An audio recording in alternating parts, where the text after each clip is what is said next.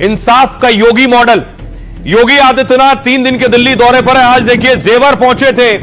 देश का बड़ा एयरपोर्ट जेवर तैयार हो रहा है और एयरपोर्ट देखने के लिए योगी पहुंचे।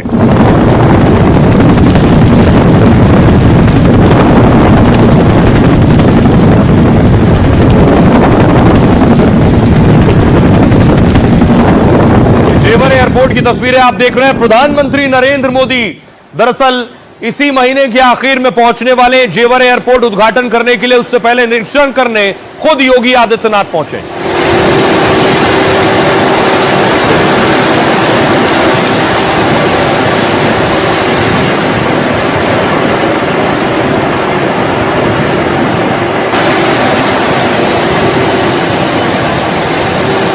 और आइए अब बारी है योगी के इंसाफ की। उत्तर प्रदेश के झांसी में देखिए जरा क्या किया बाइक सवारों ने, लड़की के साथ छेड़छाड़ की।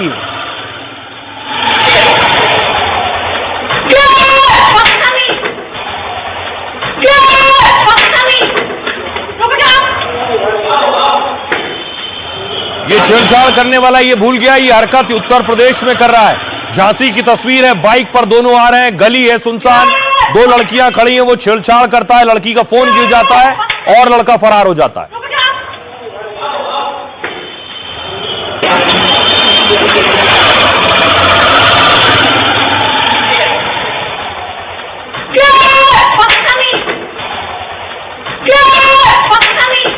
अब देखिए इस हरकत के बाद इनका इलाज भी हो गया है, पुलिस ने दुरुस्त कर दिया है पूरी तरह से और अब माफी मांग रहे हैं, अब ये गलती दोबारा नहीं करेंगे। आज गलती नहीं होगी, सारी गलती का सम्मान करना। आज गलती आज नहीं करेंगे, गलती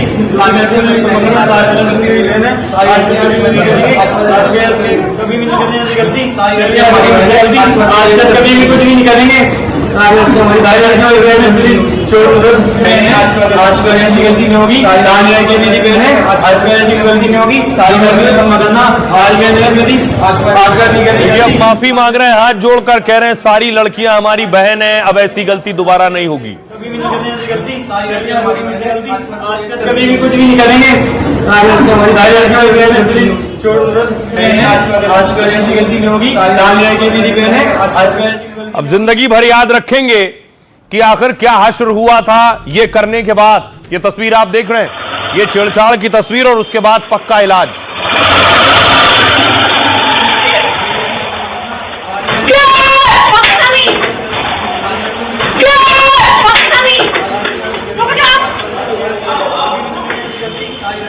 अब देखिए एक और इलाज की, बुलडोजर इलाज। आज बुलडोजर पहुंचा उत्तर प्रदेश के मेरठ में 22 दुकानें गिरानी थी।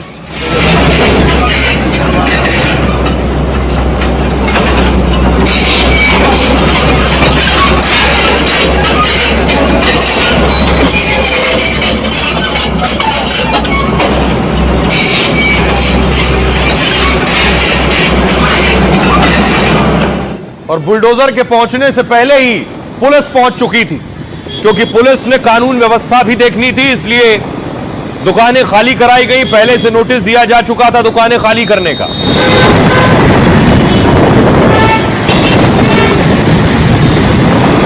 और उसके बाद बुलडोजर चलना शुरू हुआ इस कॉम्प्लेक्स पर। ये कॉम्प्लेक्स देख रहे हैं, अच्छा खासा बड़ा कॉम्प्लेक्स, 22 दुकानें इस कॉम्प्लेक्स में थी।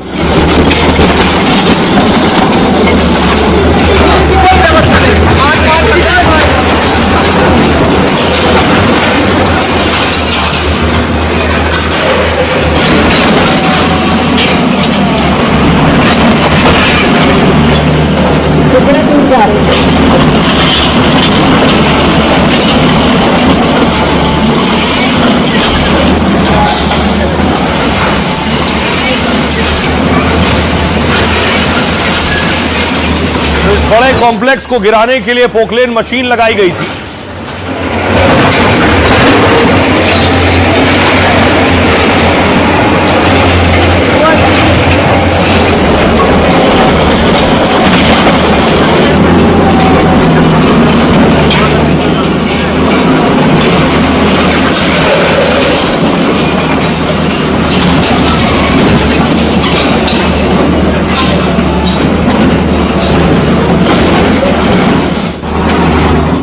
दूसरी तरफ जब बुलडोजर चल रहा था, देखिए जरा आसपास के स्थानीय लोग, बड़ा जमघट था क्योंकि आसपास मार्केट भी है।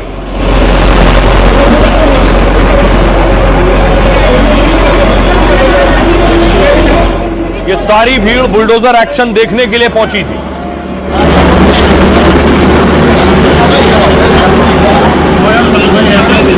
सब अपने मोबाइल कैमरों से वीडियो बना रहे थे, लेकिन इसकी दूसरी तरफ देखिए जिनकी दुकानें हैं वो रो रहे थे, वो बिलख रहे थे, वो कह रहे थे सालों से उनकी दुकानें इस कॉम्प्लेक्स में। देख लीजिए, दो बात तो जो है कितना नुकसान होता है उसे भी सहन करते हैं, बर्दाश्त करते हैं। नौकरी नहीं मिली तब जब मैं करूँगा अपनी दुकान जब मैं दुकान अगर अपनी नौकरी मिल जाती तो वाली ईमानदारी का बताओ। हमने ईमानदारी से काम करा, हमने चोरी डकैती अभी तो हमारे बच्चे भी छोटे छोटे होता है, इन बच्चों को क्या करें?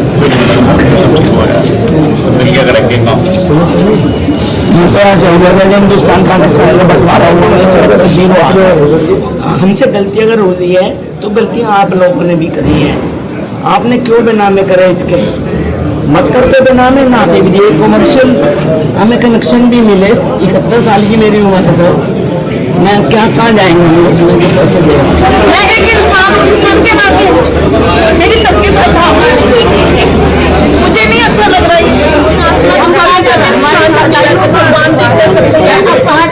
पता नहीं कौन से घर में उम्र एक ऐसी होगी। बुलडोजर चल गया और एक एक कर कई दुकानों को ध्वस्त कर गया।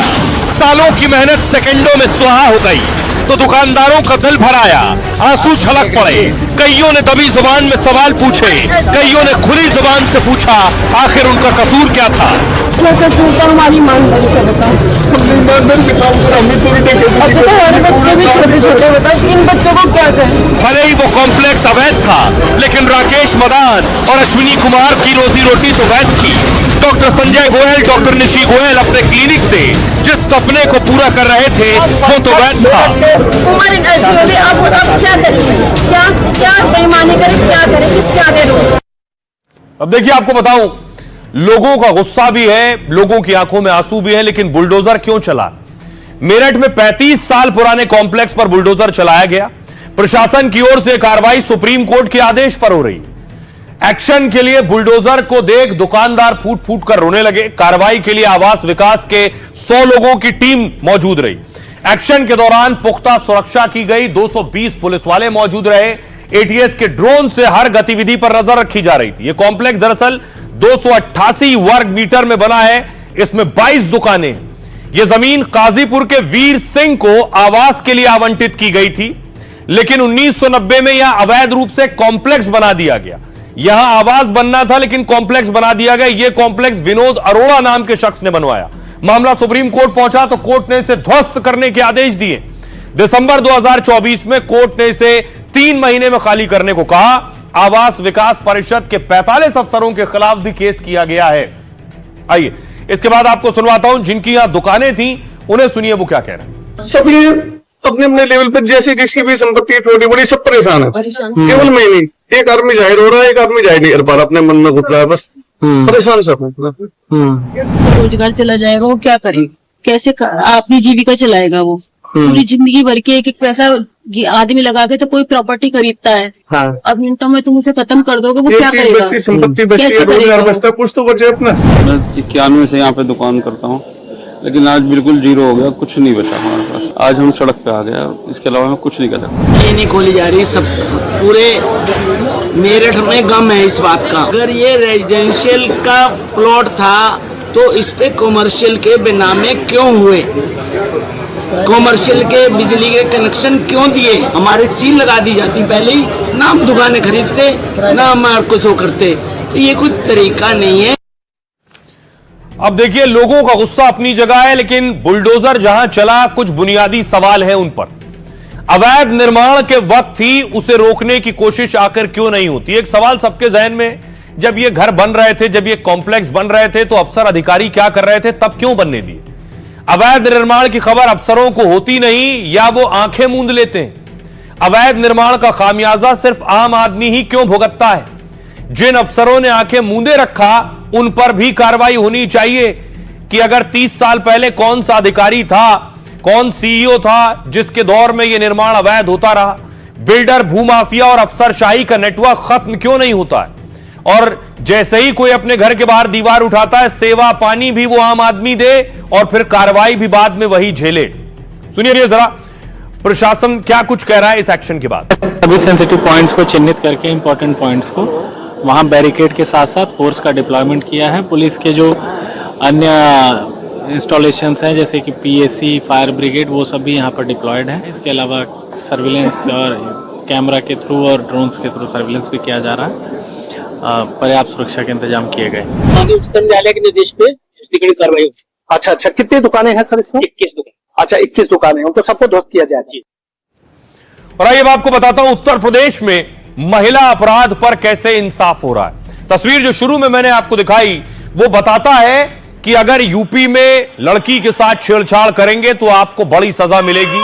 ये बाइक सवार है, इन्होंने छेड़छाड़ की। अगली तस्वीर में आपको दिखाऊं, इनका इलाज हुआ और इस इलाज से हो क्या रहा है कि यूपी में महिलाओं के खिलाफ अपराध की संख्या में कमी आ रही है। अगली तस्वीर में आपको दिखाऊं, इस तरह के हर दूसरे दिन कहीं ना कहीं से तस्वीरें सामने आ रही हैं, हर किसी ना किसी शहर से, किसी ना किसी कस्बे से, कि पुलिस तुरंत एक्शन ले रही है 24 घंटे के अंदर। और यही वजह है कि उत्तर प्रदेश में महिलाओं के खिलाफ इस तरह के अपराधी छेड़छाड़ करने से पहले 1000 बार सोचते हैं। 3 हफ्ते पहले एनसीआरबी की जो रिपोर्ट आई है, उस रिपोर्ट के बारे में बताऊं, क्राइम इन इंडिया 2023 रिपोर्ट सामने आई है। इसके मुताबिक उत्तर प्रदेश में क्राइम रेट, अपराध का दर लगातार गिर रही है। यूपी में अपराधों की संख्या 25% की गिरावट हुई है। महिलाओं के खिलाफ अपराधों में यूपी बहुत नीचे, दिल्ली, राजस्थान, हरियाणा इस लिस्ट में टॉप पर है। वहीं राज्यों और केंद्र शासित प्रदेशों में यूपी 17वें नंबर पर है। यूपी में घरेलू हिंसा और दहेज जैसे केसों पर तुरंत कार्रवाई होती है। 2023 में महिला अपराध में जितनी भी चार्जशीट दाखिल हुई हैं, उसमें 77% के साथ सबसे आगे यूपी रहा है और उन सभी मामलों में पुलिस ने एक्शन भी लिया है। एनसीआरबी रिपोर्ट के मुताबिक यूपी में सांप्रदायिक दंगों की संख्या 0 है। साथ ही यूपी में अपराध दर राष्ट्रीय औसत से 1/4 कम है। सीएम योगी भी बार बार बदमाशों को चिता चुके हैं कि अगर अपराध करोगे तो बख्शे नहीं जाओगे। अब इसको दूसरे राज्य भी फॉलो कर रहे हैं, योगी मॉडल को। नजीर देखिए, भारत में महिला विश्व कप हो रहा है और ऑस्ट्रेलिया आज इंदौर में मैच खेल रही थी, मैच जीत भी गई, लेकिन ऑस्ट्रेलिया की जो महिला खिलाड़ी हैं, उन महिला खिलाड़ियों के साथ एक शख्स ने छेड़छाड़ कर दी। अगली तस्वीर देखिए, यह अकील, इसने छेड़छाड़ करके फरार हो गया और यकीन मानिए कुछ घंटों के अंदर अकील का इलाज हो गया। अगली तस्वीर देखिए, यह अकील छेड़छाड़ करने वाले। तो योगी मॉडल हर राज्य में चल रहा है और हर राज्य में उसे स्वीकार भी किया जा रहा है।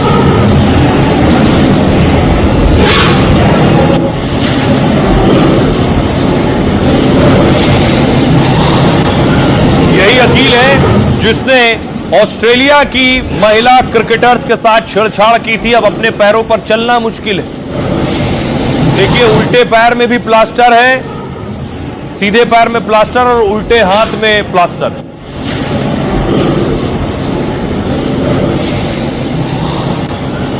Very intensive strategic operation has been launched by the Indore Police Commissariat, and that unknown vehicle person, then unknown bike person identified, and his identification as Akil Sheikh, residence of Azad Nagar.